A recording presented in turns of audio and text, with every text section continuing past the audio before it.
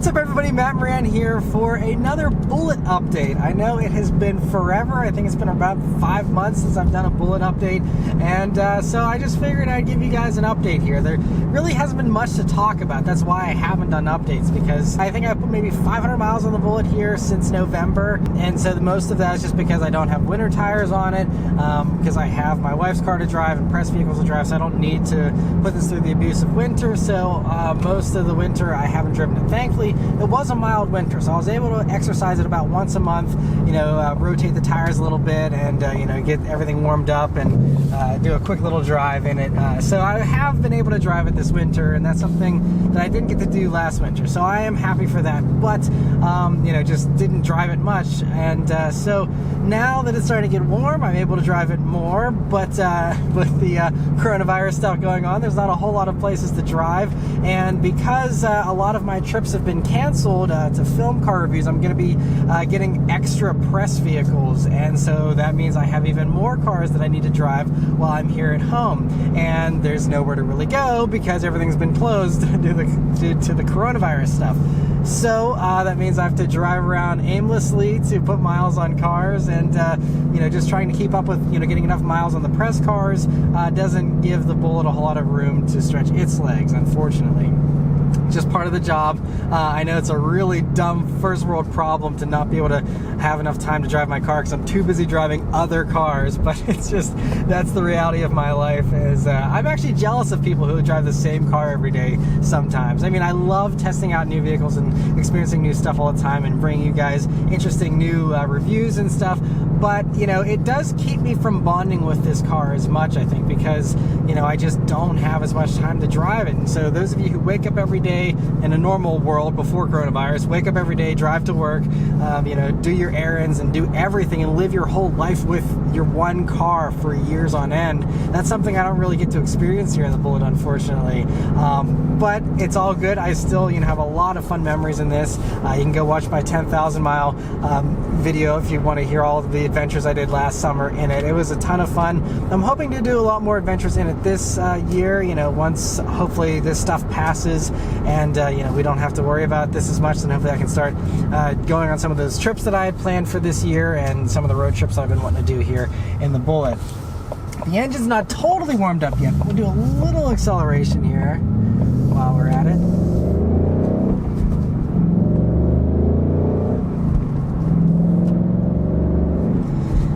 It just sounds so good. And one thing though, since I don't drive this every day, is every time I do hop in this, it really is a real occasion, and it's a treat to hop in this. And so, its more extreme nature with its loud V8 and the manual transmission and all that kind of stuff, it really, those are things that I really savor, since I'm mostly driving, some more, pedestrian SUVs and sedans and things like that. Getting in this is always a special experience whenever I only drive it, once a week or something like that. So it's not all bad.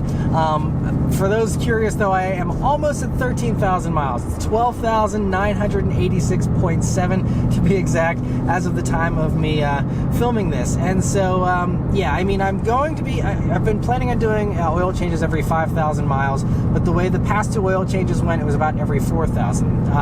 But I am going to be close. I'm about 500 miles away from hitting that 5,000 mile mark.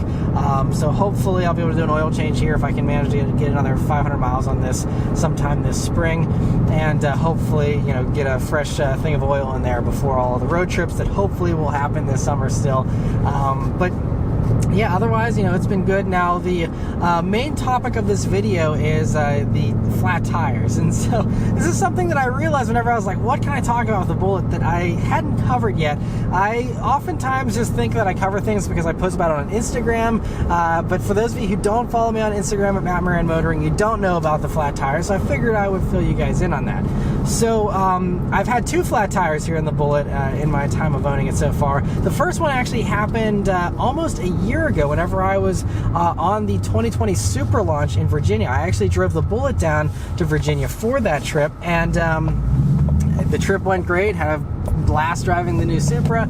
And then on the drive home, I was maybe only on the road for about 10 minutes or so when all of a sudden all I see is just a tire pressure monitoring light saying that the passenger side front tire is low, and it was dropping pretty quick. I'm like, ah, crap, like I don't know where the heck I'm at.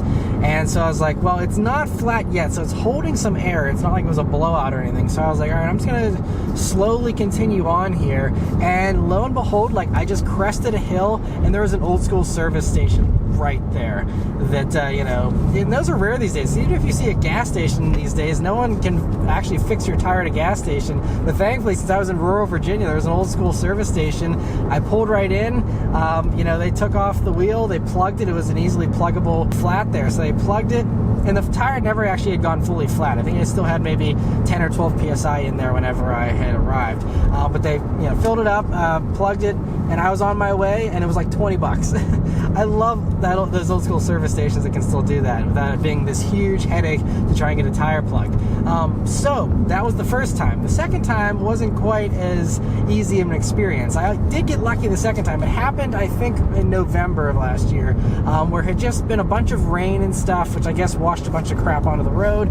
And sure enough, I was just driving home from getting some Wendy's or something, and tire pressure monitoring light came on again. Right front tire again. That time it also was holding air, and it was pretty consistent around, I think it was still sitting at like low 20 psi, something around there. And so I continued to limp it, and at this point I was only a couple of miles from my house. So I was like, I'm just gonna try and get it home.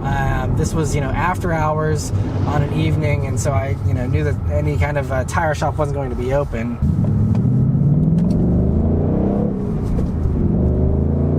Sorry, brief little break for some acceleration. But yeah, so I got it home, and this was like right before I was leaving for SEMA, which is a week-long thing, and I didn't have time to get it fixed in like the day before I left for SEMA. So I was like, you know what, I'm just going to park it in the garage. If it goes flat, it goes flat, whatever. Come back in a week and deal with it. So had fun at SEMA, came back, and it still had air, amazingly. I did put in a little bit of air at the local gas station just on my way home that night when I had gotten the flat.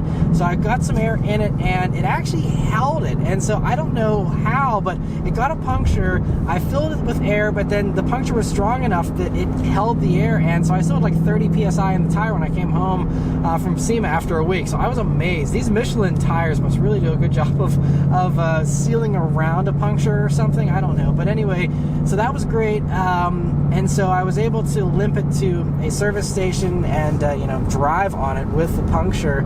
And these aren't run flat tires, by the way. It just held up. And so anyway, I went to my first tire shop. They didn't want to touch the tire because a lot of people are freaked out about the chrome lip on the Bullitt wheels. They're worried they're gonna like scratch that up or something. So the first shop didn't even want to touch it. Didn't want to sell me a tire, didn't want to do anything. They said that it probably couldn't be plugged. I went to the second tire shop. They also agreed, can't plug it. We can't sell you a tire. We don't have a tire in stock. Okay, cool.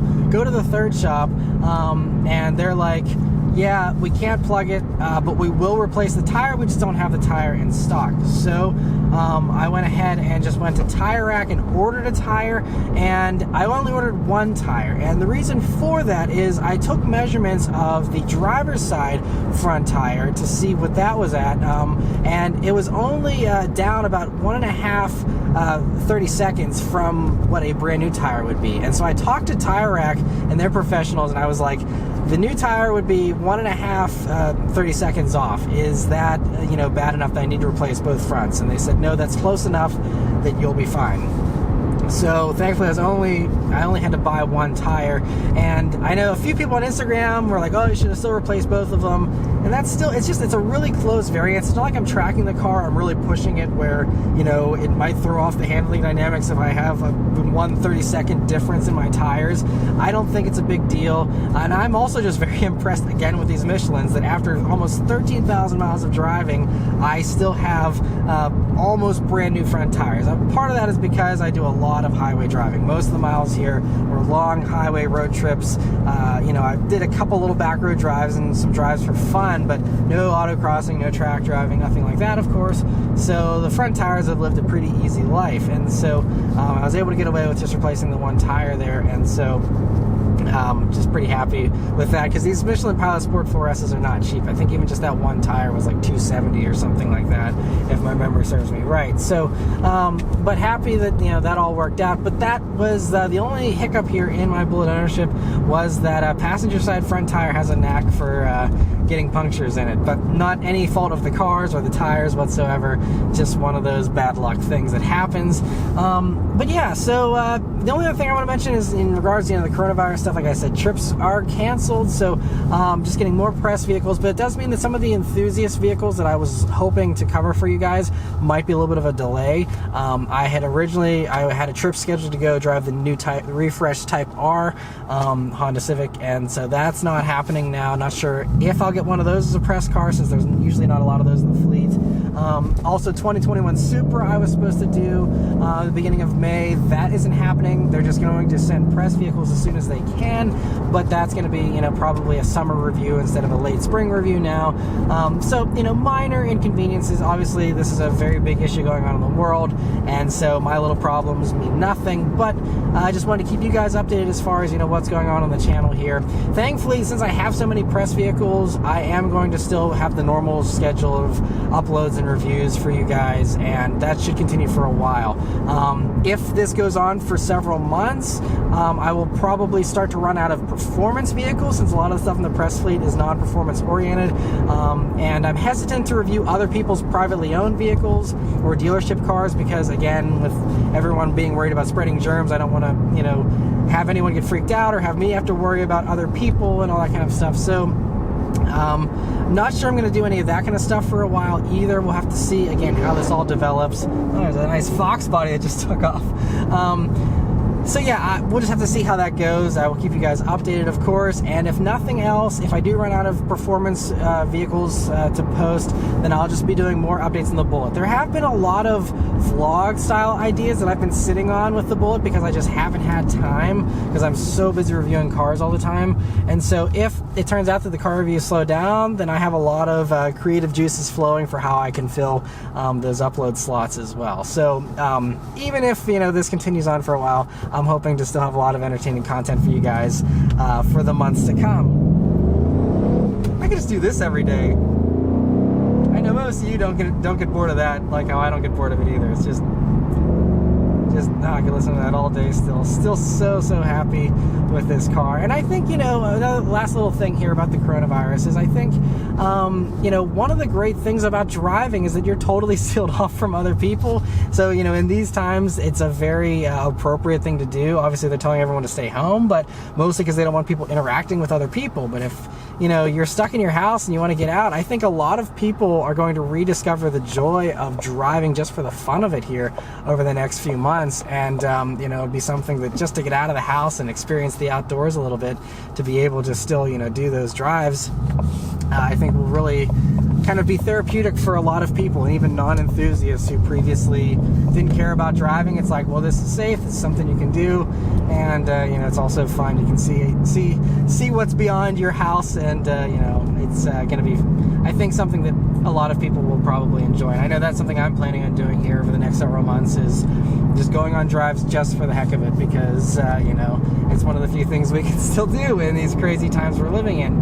So yeah, that's about it as far as my update here on the Bullitt. 12,991.9 miles at this point, so basically 13,000. Let me know how your cars are holding up, and if you're doing any drives for fun during this time, or what else you're doing. Of course, if any of you guys are bored, I have plenty of videos. I've, you know, reviewed over 400 cars, and I would very much appreciate it if you wanted to go check out some of your old ones, or ones you might have missed that you enjoyed in the past. You know, that always helps as well. But yeah, so thank you guys very much for watching. Let me know your thoughts on everything in the comments below, and I'll see you guys in the next one. Take care.